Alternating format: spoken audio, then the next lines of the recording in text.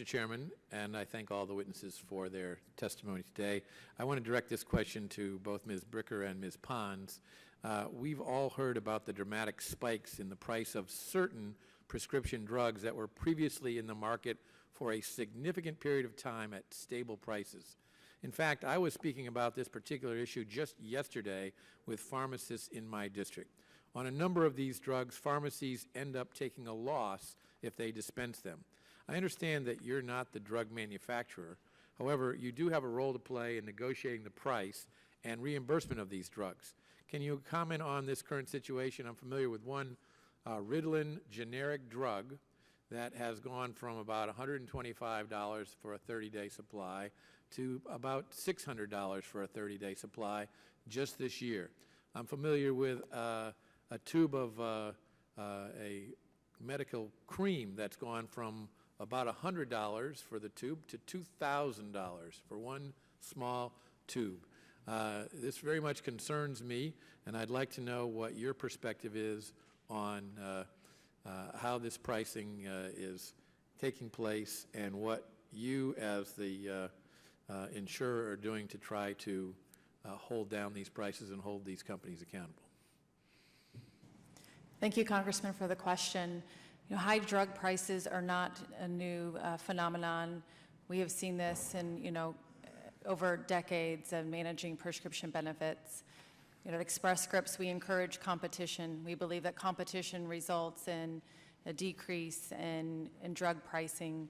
Oftentimes, when drug prices increase, it's due to a shortage or it's due to a number of manufacturers coming out of the market. And so with competition, you see a decrease in price.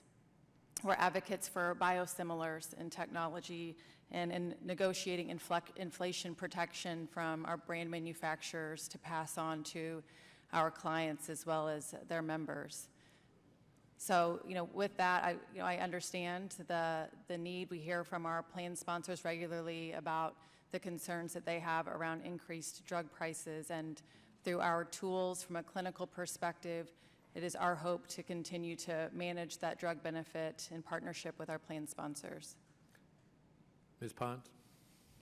Thank you. Do you put pressure on these manufacturers to offer more reasonable prices, since you're a large purchaser, or you're a large insurer of, and CVS, your case, a large purchaser of them as well? Yes. Every day, our company gets up, and what we do is try to get the best prices on behalf of our clients to help keep their premiums down for their members and help keep plan or costs affordable. And we'll agree, there have been some very egregious examples in the marketplace that I think we all find shocking. Beyond that, as Ms. Bricker testified, we do think that a combination of the clinical tools that we have available, as well as our ability to negotiate with pharmaceutical manufacturers, together with some of the important policies that she talked about in terms of getting more competitive products into the marketplace, whether that's more generics, more biologics, lower cost of site of care, things of that. Those things in combination can go a long way to helping curb these issues. Let me ask Mr. Arthur if he'd like to respond. Yes, thank you, Mr. Chairman. I would like to add that while prescription drug prices have historically gone up at a rate greater than the normal cost of inflation, throughout most of my career, the trend was just the opposite on the generic side. As more generic manufacturers enter the marketplace, the trend has always been for the price to come down as the market responds. What's interesting to note is that these extremely large business entities have the sophistication, and the examples that you alluded to meet this out. They have the sophistication to respond to these market fluctuations very quickly. The pharmacists that you heard from were expressing frustrations because when the price of the drugs goes down, the PBM have no problem implementing those as the basis for reimbursement, sometimes overnight. But there's a significant lag that is seriously to the detriment of the independent community pharmacists, because they're oftentimes saddled with dispensing these much-needed medications at a loss.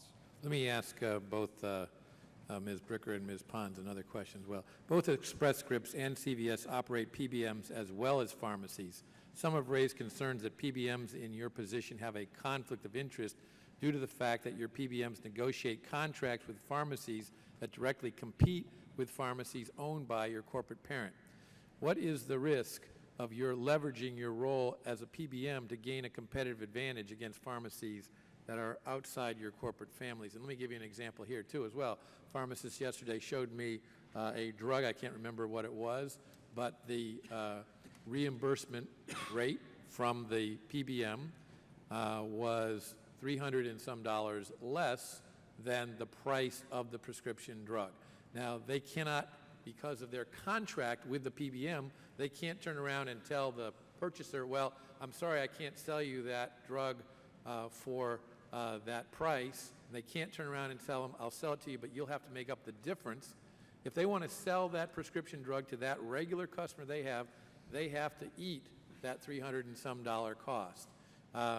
How is it that the insurance company can justify that, knowing the costs and knowing that you're in a competitive environment, but with a bigger company and therefore able to manage these costs in ways that a small pharmacy can't? How can that policy be justified of having to say, sorry, this is all we're going to pay you, and you can't do anything but eat the rest of that cost? How can a small pharmacy stay in business in that environment? Yeah, that's an excellent question and a fair question to ask. We put together our MAC list so that we can encourage pharmacies to try to buy generic products at the lowest possible cost. Having said that, some of these were generic products, as Mr. Arthur noted. Right. In fact, the Ritalin was a generic product that had gone up quadrupled in price over a very short period of time. Yeah. And so we want them to buy them at the lowest possible cost, but we also want them to get a fair margin. In order for us as a PBM to meet our commitments to our clients, we need to have our network have a very high dispensing of generic rates within the network. If we are paying pharmacies prices that are lower than their acquisition costs, pharmacies aren't going to do that. So we try very, very hard to make sure that they get a fair margin. Are there going to be times when a particular drug, they're underwater? Absolutely.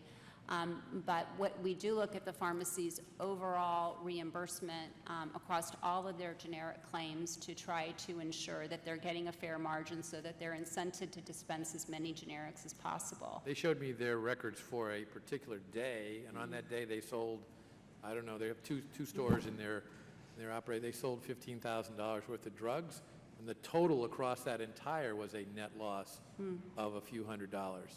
Again, I understand, some are going to be high, Right. and you can't always hit it right, but if the average is a net loss on a daily basis, how do pharmacies stay in business?